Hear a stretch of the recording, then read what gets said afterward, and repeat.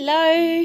Today I'm going to review this gorgeous set of Derwent drawing pencils. This is the 24 set and the largest size in which these pencils come. I've had these for quite a few years. I've never reviewed them though, and they are just wonderful, so let me get into it. I think we all need to see how lovely these pencils are. So as of 2022, this is the current tin that they come in. That's what the back of the tin looks like. They're made in Britain. But my pencils did not come in this tin. I actually got this from the art shop for free. It is completely empty, and I decided to update my older tin to the new one, and here's what the older tin used to look like, with this design on. I still really love this tin. It's so beautiful with the lovely fox on it. But for the purposes of this video, I'm going to move all the pencils over here into the new tin. Though I think this plastic insert is actually better. This one's got a bit of a dent in it, if I'm not mistaken, so maybe I'll just pull the whole thing out if I can. There we go. Problem solved. And no one was the wiser. So here we go, looking at these beautiful pencils. I do have another black, but I am trying to use this one first before I put the new one in. I think I have another couple of colours as well that are replacements. I just tend to buy them as open stock, but it was nice to start off with a full set of them. So mine are not perfect and unused. I have used them quite a bit, as you can see. To be honest, I don't even know if these are in the correct order, so I'm going to figure that out in a moment. And here I have my usual big book of colour charts, which has all of the coloured pencil swatch pages in it, and there is one for Derwent drawing pencils. So this way I'm going to go through my pencils, make sure they're in the same order as this, and I will swatch them out so we can see what the colours look like. Oh yes, they're completely different. This one wants light sienna first, and I have ink blue, so I will have to switch these around.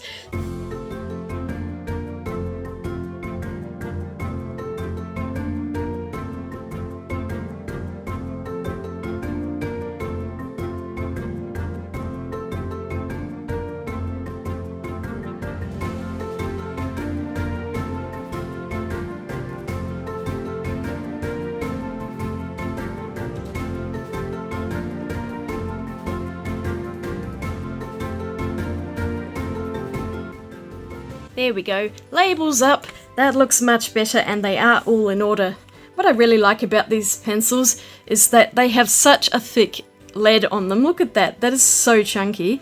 They are extremely soft and waxy. They're wonderful to use, they have a beautiful pigment, and as you can see it's a very muted range of colours, so these are so wonderful for earthy type drawings, and I'm going to swatch them because I can't wait any longer. So, have I mentioned I like these pencils yet? I've been meaning to do this review for ages, which is why it's happening now, because I actually ended up doing a drawing, which is what inspired this whole video, but we'll see that in a little while. For now, I am going through swatching the different colours. I'm not sure why they put the light sienna first, at least in the book. I don't remember exactly the order of the pencils themselves, because I've had this set for so long, and those pencils have been jumbled up for a very long time. But I could have sworn it was the blue ones first. Never mind, it doesn't really matter. But I'm sure you can already see just how muted these colours are, and normally I go for bright colour palettes. That's just what I tend to gravitate towards. But I do kind of make an exception for this set because the pencils themselves are so nice to use. They're very creamy, they're wax based, and they go on very thickly. They're really opaque. Unfortunately, the paper in this book does not do them justice. It's very thin and also quite smooth, so the pencils do struggle to stick to it, and it was hard to get much layering at all. I find these pencils work better on a thicker paper with a rougher texture. It doesn't have to be too rough, just something that's got more of a tooth to it. So a nice quality drawing paper, possibly Bristol vellum, but my favourite paper to use with Derwent drawing pencils is anything that is toned. So grey, blue, tan, or even a creamy off-white paper. I've noticed on the swatch page that all of the colours on the left-hand side seem to be in the cooler range, and then on the right-hand side, which I'm colouring now, are the warmer and redder tones. There are some really pretty reds in here, going from the sepia down to terracotta, and I think one of my favourites is that Mars Violet. It's just a really pretty colour. I love it. It's so dusky and it complements other colours quite well. I also find that the lighter colours layer really well on top of the darker ones, which we'll see when I do my drawing. That chocolate is also another great one. It's so rich and dark. Excellent. Along with the ink blue and the black. Those three are probably the darkest in the set. That's a really solid black, though I do find it is a little more crumbly, and so I find lots of pieces end up on the paper, but it's nice and rich regardless, and the white we will see a bit later on because it doesn't show up here. So here they all are. A couple of standouts for me are the ink blue, that Mars Violet. The black is so dark, and I also really love to use the chocolate. That yellow ochre is really pretty too. No, I like them all. It's a lovely muted set, very earthy, and of course it's a limited palette here, but you can do some wonderful animal drawings and maybe a few landscapes, nature, things like that, but especially for animals, these are fantastic. Sometimes I'll come across a photograph that I'll have to draw immediately, and this was one of them. Don Barrick is the photographer, and he posted quite a lot of lion photos up in the Facebook group, Free Reference Photos for Artists. They are fabulous photos, and I really love this one with the lion laying on his paw. It's what Gandalf does, and it just reminded me of that. I feel like this needs to be on toned paper rather than pure white, so I'm going to go with this Art Spectrum toned assorted paper that I have. I've not used this yet, I've been dying to find a reason to, and it comes with a few different colours. It does have a basic cream colour, then there's this wonderful beige kind of colour, and I like this one. I think this one's going to be a nice neutral one. Then I can add some whites to it and it will give me a nice base for the lion. I find sometimes it's just easier to have the paper loose rather than in a pad of paper. Oh, it's really thick too. It's 250 GSM, and that is not coming out very easily. Got it. So I'll trim that up and get my drawing in place. Then I'll get going with the drawing pencils. I knew I'd have to do some prep work for this one, so I actually did a draft copy first and drew the basic outline of the lion on a separate piece of paper.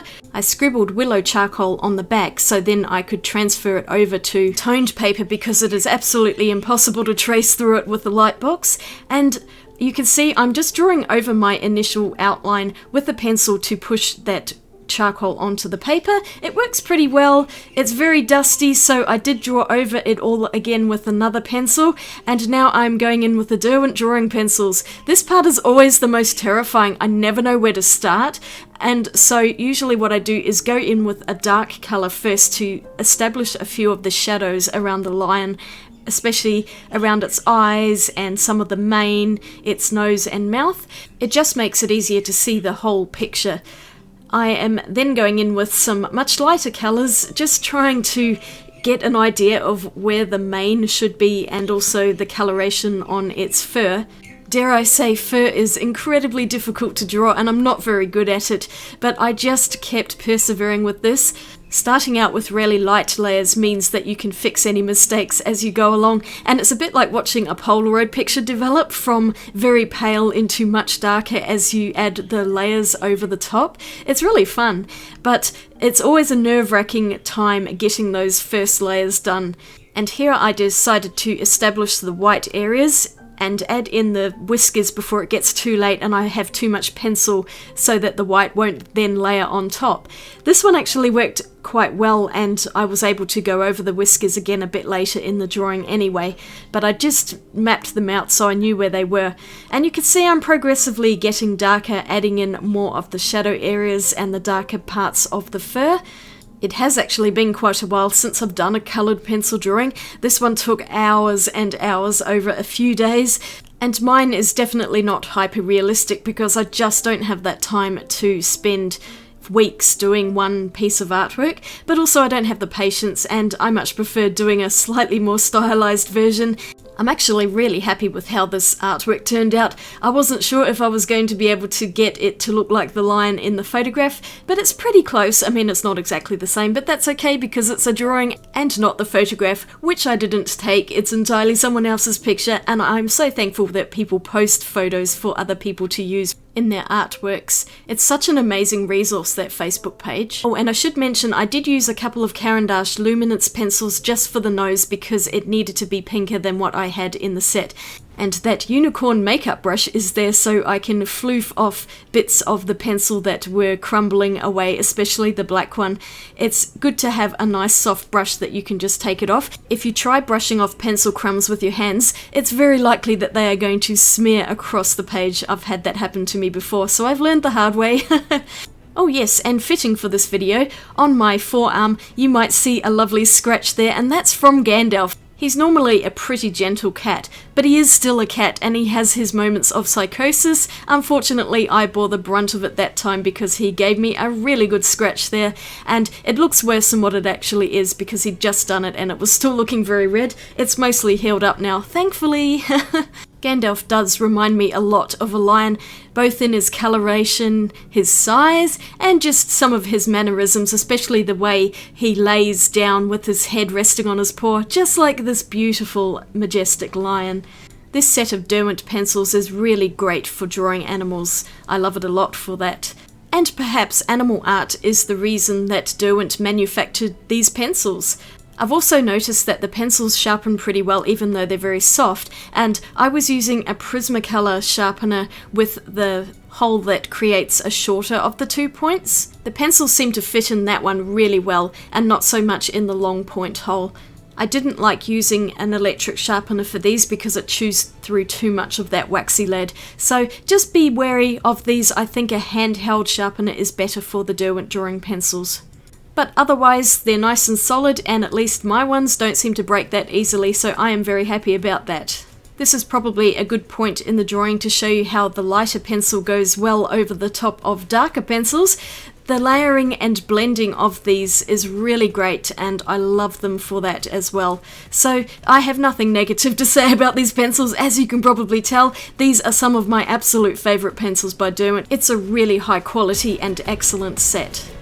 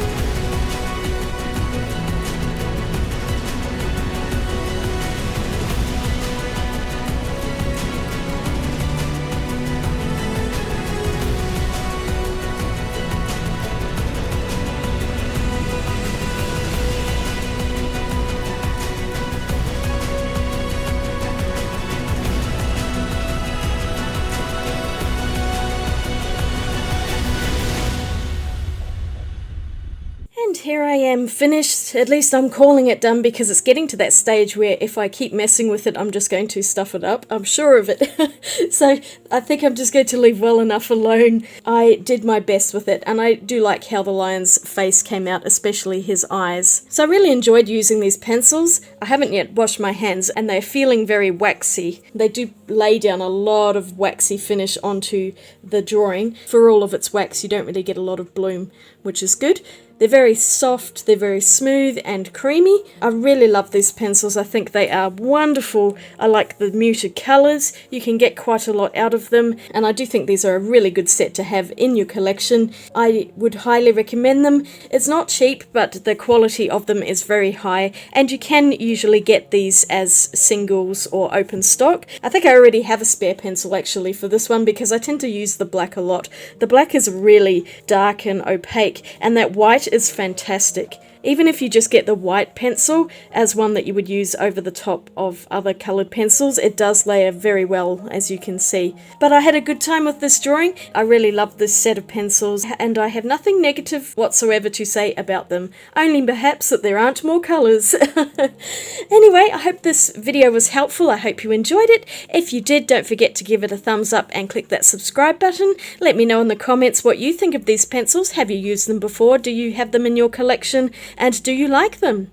I will see you all again really soon in my next video, and I hope you're all having a fantastic day out there. Swatch you later. Bye!